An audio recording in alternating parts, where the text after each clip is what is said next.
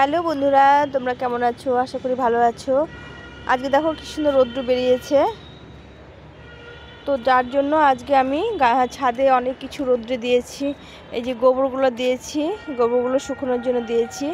এখানে কিছু ফুল শুকনো করতে দিয়েছি, কিছু ফলের খোসা, আরও কিছু সবজির খোসা, ফলের খোসা নিয়ে এসেছি। এই দেখো প্যাকেটে করে। আর এগুলো বাদাম, এই গাছের নিচে, টবের নিচে দিলে পারে এটা একটা মানে খাওয়ার হয়, আর তার সঙ্গে সঙ্গে ড্রেনেজ হোলটা ভালো হয়। এই যে এখানে কিছু সবজি আজকে যেগুলো করেছিলাম সেই সবজির খোলাগুলো নিয়ে এসেছি। তার সঙ্গে কিছু পেপার যা ছিল এগুলো সব নিয়ে এসেছি। এগুলো একটু শুকাবো, শুকিয়ে নিয়ে এখন গরমের কিছু বীজ বসাতে হবে, এগুলো শুকাতে দিলাম।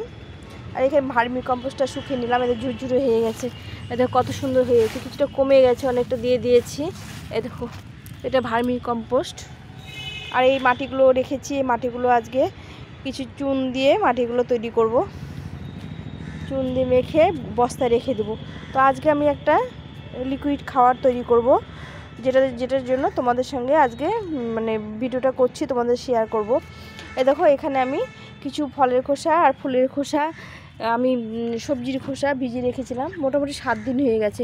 দেখো এই কলার যে থোড় হয়, থোড়ের এই যে ছালগুলো, এটা তো গাছের জন্য খুব একটা ভালো খাবার, মানে পটাশের কাজ করে। তাছাড়া কলার থোড়ে অনেক আয়রন আছে।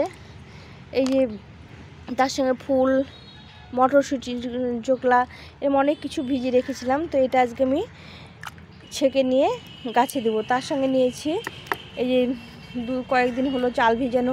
আমরা দুটো লোক, বেশি ইয়ে হয় না, মানে চাল মানে ভাত রান্না করতে হয় না, তাই এইটুকু কয়েকদিনে চাল ভিজানো জল বেরিয়েছে। আর এখানে একটু ভাতের মার বেরিয়েছে, 2 দিন হলো, এটা বাসি, কয়েকদিন হলো রেখেছিলাম। এই ভাতের মারটা আছে, তার সঙ্গে একটু খোল গাছে দিয়েছি, আর এইটুকু আছে।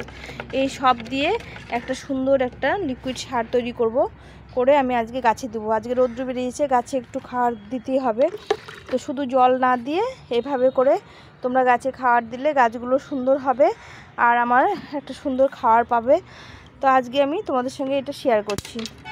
তো প্রথমে আমি এই তরল সারটাকে আমি ছেঁকে নেব। তো এখানে একটা পুরনো আমি ঝুড়ি নিয়েছি, ফলের ঝুড়ি নিয়েছি। তো নিয়ে এর মধ্যে এখন সবজির রসটা ছেঁকে নেব।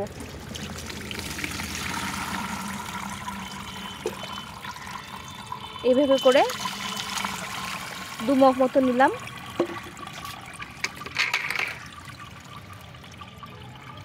এখন এর সঙ্গে আমি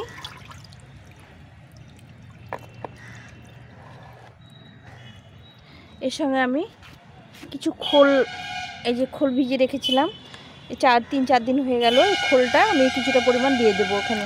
এখানে যতটা আছে অর্ধেকটা দিয়ে দেবো, সবটা দেবো না, অনেকটা আছে। এর সঙ্গে আমি এই ভাতের মারটা পুরোটা দিয়ে দেব।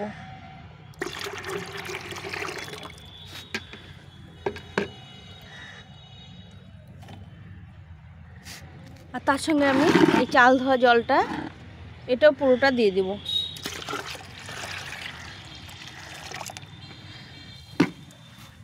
আর বাকি থাকলো যেটুকু, সেটুকু আমি এই এমনি প্লেন জল দিয়ে দেবো। এখন এই সারটা হয়ে গেল। এটা আমি প্রত্যেকটা গাছে, ফুল ফল সবজি গাছে আমি এটা দিয়ে দেব। এটা গাছের জন্য একটা অমৃত খাবার। তো বন্ধুরা দেখো, এই আলু গাছে অনেক কদিন হলো জল দেওয়া হয়নি, এখনও আলুগুলো পুরোপুরি হয়নি। তো এখানে একটু খাবার দিয়ে দেবো, আলুগুলো বেরিয়ে গেছে, এখানে একটু এই খাবারটা দিয়ে দেবো। এই খাবারটা একদম মানে খুব ভালো পুষ্টিকর খাবার। এই যে লঙ্কা গাছগুলো এখন পাতা ঝরে গেছে, আবার নতুন করে পাতা আসবে, তো এগুলোতে এই খাবারটা একটু দিয়ে দেবো। এখানে বাঁধাকপিগুলো, ফুলকপিগুলো খেয়ে নিয়েছি, বাঁধাকপিগুলো এখনও খাওয়া হয়নি। এই বাঁধাকপিগুলো এর মধ্যে একটু কিছুটা দিয়ে দিলাম। দেখো এই পালং শাকগুলো অনেকটা ঘন হয়েছে, আমি কিছুটা খেয়ে নিয়েছি। আর দেখো এগুলো এখন অনেকটা ছোট আছে, তো এখানে আমি কিছুটা এই খাবারটা দিয়ে দেব। কত সুন্দর হয়েছে দেখো, মাঝে মাঝে এই পাতাগুলো একটু হলুদ হয়ে গেছে, পচে গেছে, খুব ঘন হয়ে গেছে, যার জন্য এগুলো একটু ছাড়িয়ে ছাড়িয়ে দিতে হবে, দিলে পরে আবার বেড়ে উঠবে গাছগুলো। এর মধ্যে থেকে কত খেয়েছি, দেখো সব এগুলো খাওয়া হয়ে গেছে, মাথা ডালগুলো কেটে কেটে খেয়েছি। আবার গোড়ায় থেকে অনেক নতুন নতুন গাছ বেরিয়েছে, পাতা বেরিয়েছে, নতুন গাছ বেরিয়েছে। এভাবে করে পালং শাক আমি 12 মাস করি। আমি পালং শাক কিনতে হয় না, আমার লঙ্কা পালং শাক এগুলো আমার কিনতে হয় না, এগুলো আমি বাড়িতেই করি। এই শাকটা খাওয়া আমাদের খুব দরকার, মানে ভিটামিন আছে, আর তাছাড়া পালং শাক খেতে ভালো লাগে। আর এখানে লাগিয়েছি, এগুলো কেটে খেয়েছি। এর মধ্যে কয়েকটা দানা আরও ফেলে দেবো। এটা দেখো অনেকটা হালকা হয়ে গেছে, এই যে শীষ বেরোতে শুরু করে দিয়েছে। তো এখানে আজকে আমি এই খাবারটা একটু দিয়ে দেবো। আর বেগুন গাছগুলো কাটাই ছাটাই করে শুকনো খাবার দিয়েছিলাম, আজকে এই লিকুইড খাবারটা একটু দিয়ে দেবো।